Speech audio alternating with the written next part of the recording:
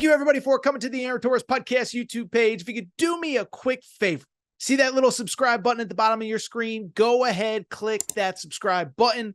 Really does help our channel grow, our audience grow, and I really do appreciate it more than you know. So click that subscribe button. Appreciate your support. Now, here's the video that you came here for. The LSU perspective on things. By the way, you want, speaking of perspective, a little bit of, we just think this is an SEC world. They're going to get 11 teams in the playoff, and that's obviously hyperbole. I know there's 5 automatic bids. I'm being sarcastic. But my buddy Garrett Carr, who used to do some writing for AaronTorresOnline.com, he brought up an interesting point. You know that the week 1, right now, the Big Ten went 17-1 in Big Ten, in games in this, obviously the teams in this conference. The only loss was Minnesota missed a field goal late. They would have beat North Carolina, but 17 wins for the Big Ten. Obviously the signature ones coming, Penn State beating West Virginia, and I guess Maryland beating UConn is obviously a huge one. There's no doubt about that. But USC taking care of business against LSU. From the LSU perspective, I'll be blunt. I'd love for there to be like an unbelievable takeaway for me for LSU. But I'll tell you this, LSU is a team.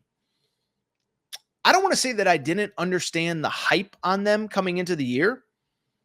I didn't think they were, I don't think they're like one of the top 5 teams in the SEC. Like, now listen, they get Bama at home. They don't play Georgia. They get Ole Miss at home. That's a game that historically LSU has dominated in Baton Rouge. So it doesn't mean that they're a terrible team that's going to go 4-8 this year.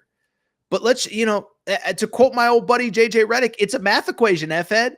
And it's like, you look at this team.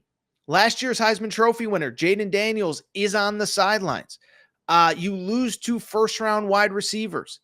Beyond that, and I thought the guys on the broadcast brought up an interesting point, Jaden Daniels was also a 1,000-yard rusher last year. Your defense was also as bad as USC's. So again, even if the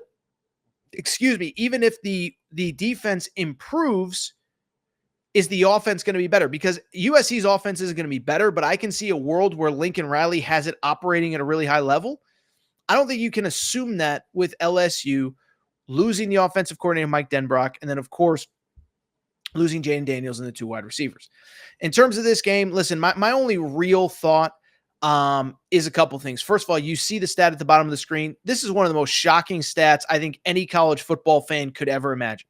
LSU, the school of Joe Burrow, the school of Les Miles, Nick Saban. What is the stat? The last 3 coaches to coach there have won a national championship. You go on down the list, all the great players who have played there, Glenn Dorsey. I mean, you could go on forever.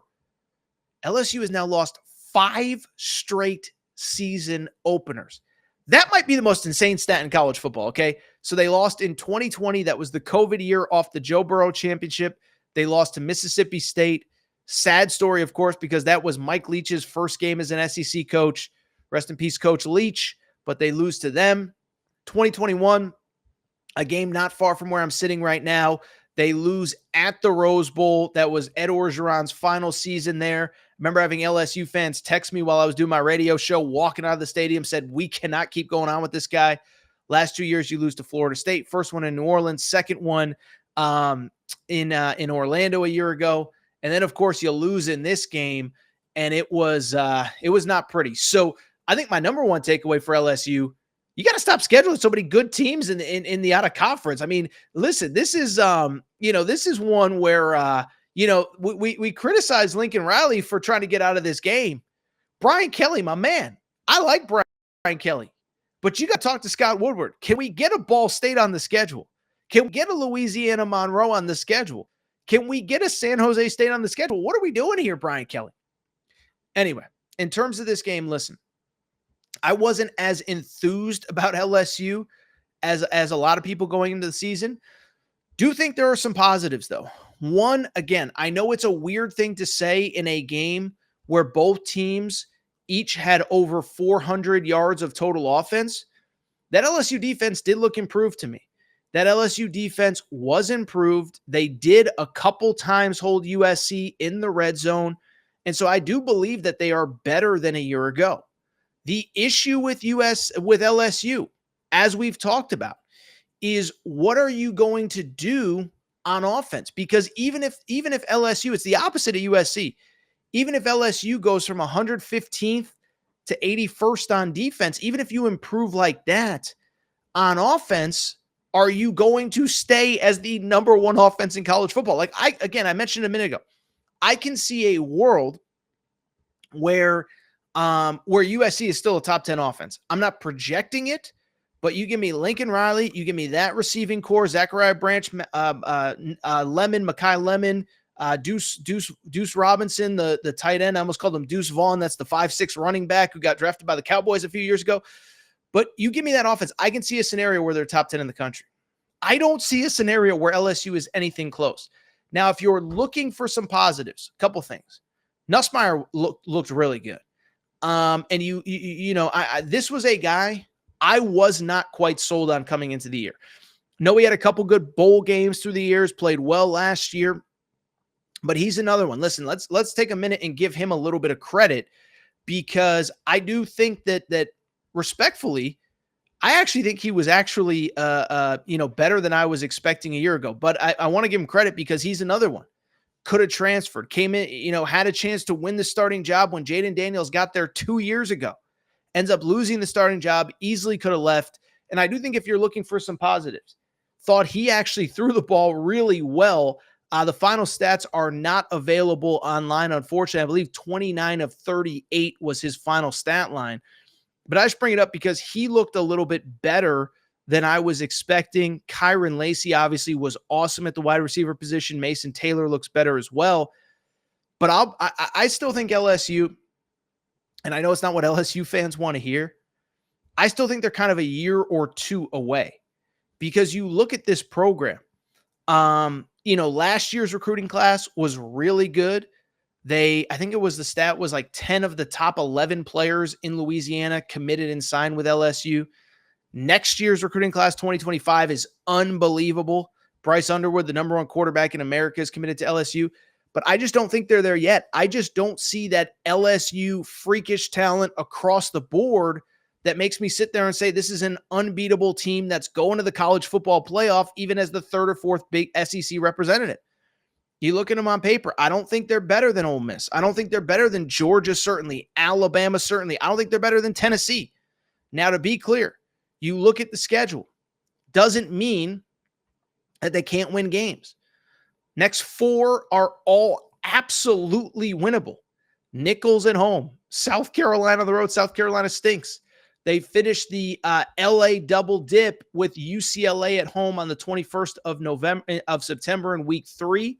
South Alabama, before you get into SEC play with Ole Miss at Arkansas, Texas A&M before a bye. And so I'm not as down on this team overall as possible, because you should be 4-1 going into Ole Miss. And in a stat that I keep throwing around, Ole Miss has not won in Baton Rouge since 2008.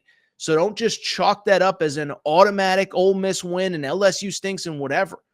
But when I look at this team across the board, I just don't think they're as good as they have been in previous years. Not anti-Brian Kelly. Still believe in him. Still believe it's going to take some time. Listen, Ed Orgeron left a roster that had some really nice position groups in some spots. The wide receiver group was certainly incredible. Malik Neighbors, Brian Thomas, obviously the guys you saw tonight, Kyron Lacey, Keyshawn Boutte, who's in a little bit of trouble right now. You can Google that if you missed it. But they are just lacking in a lot of other places. Good news is that O-line looked really good. John Emery, I thought, was kind of a cool story. This was a guy that was a 5-star who played with Joe Burrow and played with, played on that 2019 national championship team, has gotten in all sorts of trouble off the field. But to his credit, he has come back and he's actually playing very well. And he was one of the few guys that I thought stepped up and played really well tonight. So for LSU, I just got to call a spade a spade. I think they're good. I think on paper, I remember the day the SEC poll came out, the day after SEC Media Days, I was on radio with my buddy Phil Elson in Arkansas. He said, who's the team that stands out? I think LSU was picked to finish 5th. I said that feels a little too high, and that's exactly what happened.